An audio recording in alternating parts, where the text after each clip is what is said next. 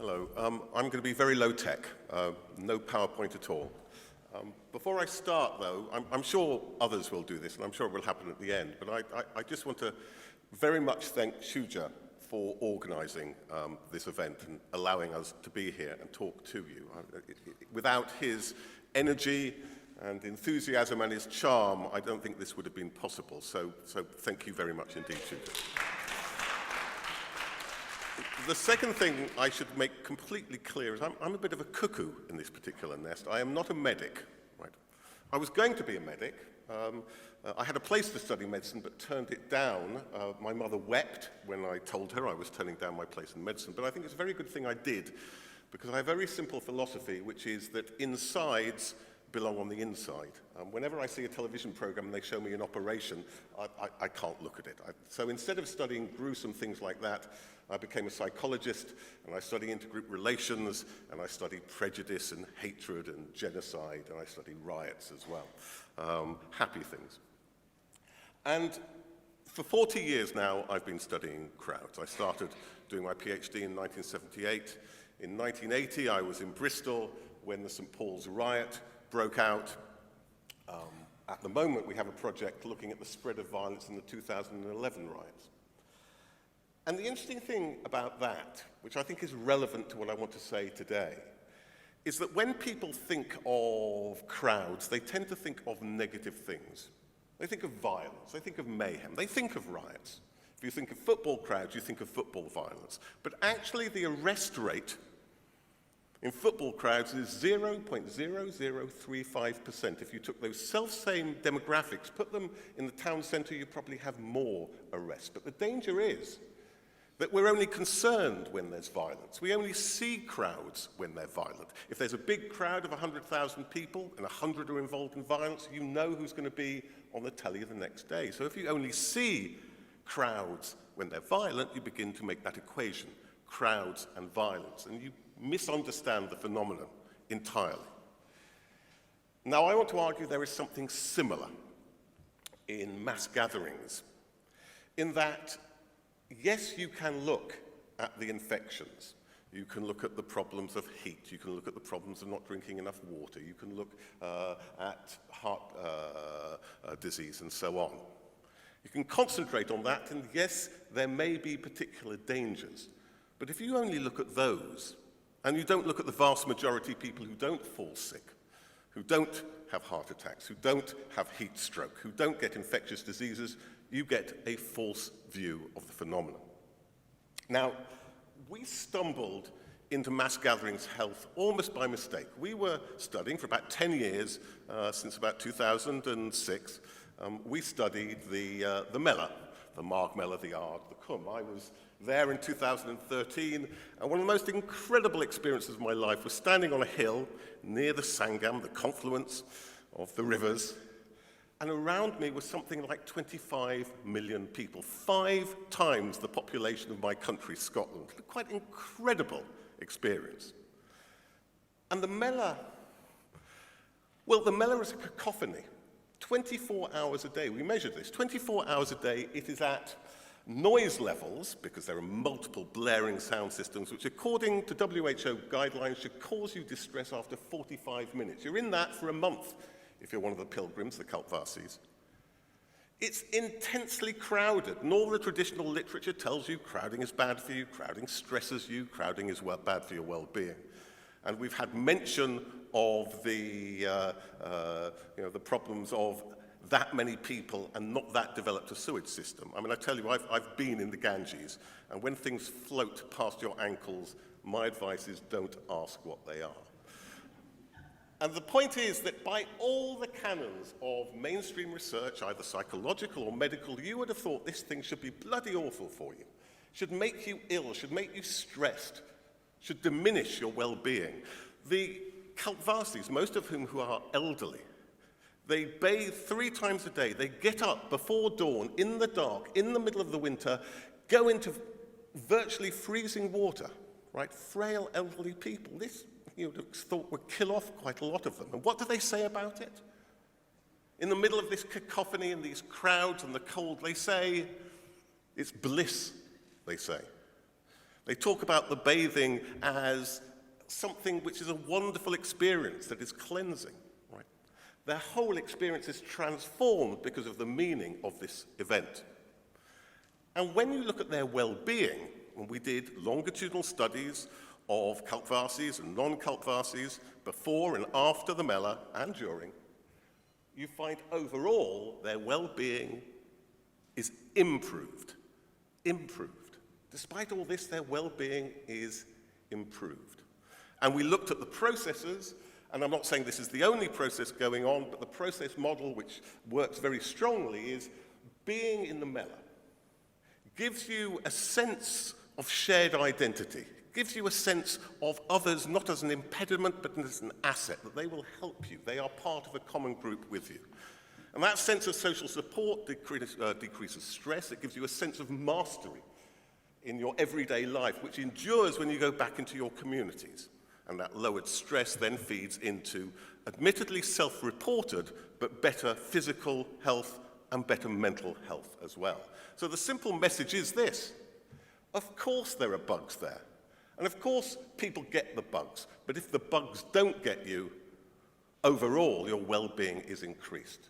So my first message, very simple message, but I think it's a really important takeaway message, is when we look at the Mela in health terms, or indeed when we look at any mass gathering in health terms, let's not just look at the negatives and get a one-sided point of view. Let's balance the two and look at the opportunities. Let's look at these things in terms of the way in which they create community, social support, and so on. In the UK at the moment, for instance, there's increasing recognition one of the great health problems is social isolation. There's increasing interest in social prescribing, not prescribing pills, but prescribing social activities. Well, my message would be prescribe mass gatherings. They're good for you. And we need to do more research. I'm not suggesting our work is definitive. I think it's quite good, but then again, I'm biased. But more needs to be done about the mediating mechanisms in different events, more robust measures of health. So my first message then is let's have a balanced point of view. And the other thing I would say in terms of research, it's quite difficult to go to organisers of an event and say, we want to do research to tell people how bloody awful your event is and which will put them off. Of course people are going to say, no, we're not going to tell you about all the diseases. But if you go to them and say, we want to look overall, and we want to understand the advantages as well, we want to understand how this event is a social good to people and a physical good to people, I think that opens up doors. And incidentally, I would hope that it would be a message that will go across all faiths. I mean, when we talk about pilgrimages, we've had a whole series, but what about the pilgrimage to Santiago de Compostela? What about when people come to see the Pope and so on? I think we need a truly global mass gatherings health, not just medicine, health, which puts together the physical, the psychological, to look at these mechanisms. So that's the first simple message. My second message is this.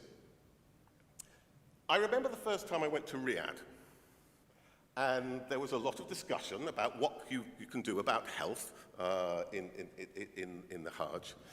And in the end, yes, you can try prophylactics of various forms. You can give pills, you can try masks. But the most important thing you can do is to alter behavior. People not to do things that get them in trouble. People not to do things which lead to the transmission of disease and so on. So how do you change health behaviors? Well, if you want to understand health behaviors in a crowd, you need to understand crowd psychology and how psychology is transformed by being in the crowd. Now, I don't have time to go into that today, but I just want to raise two very simple points.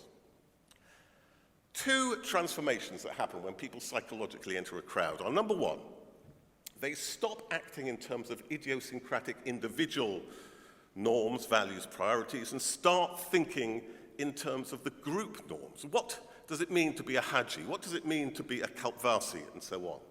What are the associated norms? Now, some of those have to do with health values. And you know this well, in the Mela as well as the Hajj, there is a value in dying, right? If you die in the event, you are blessed, and your descendants will be blessed as well. So there is an issue when you say to people, oh, don't do this, it's bad for you. Well, what you say is bad for them might actually be good for them. So you need to be very careful in terms of understanding what health values are. And you need to understand how your messages, and I'll come on to this in a moment, how your messages might be ineffective because you imply certain norms and values which aren't held by the particular group that you are looking at. So you need to understand the psychological norms and the psychological priorities.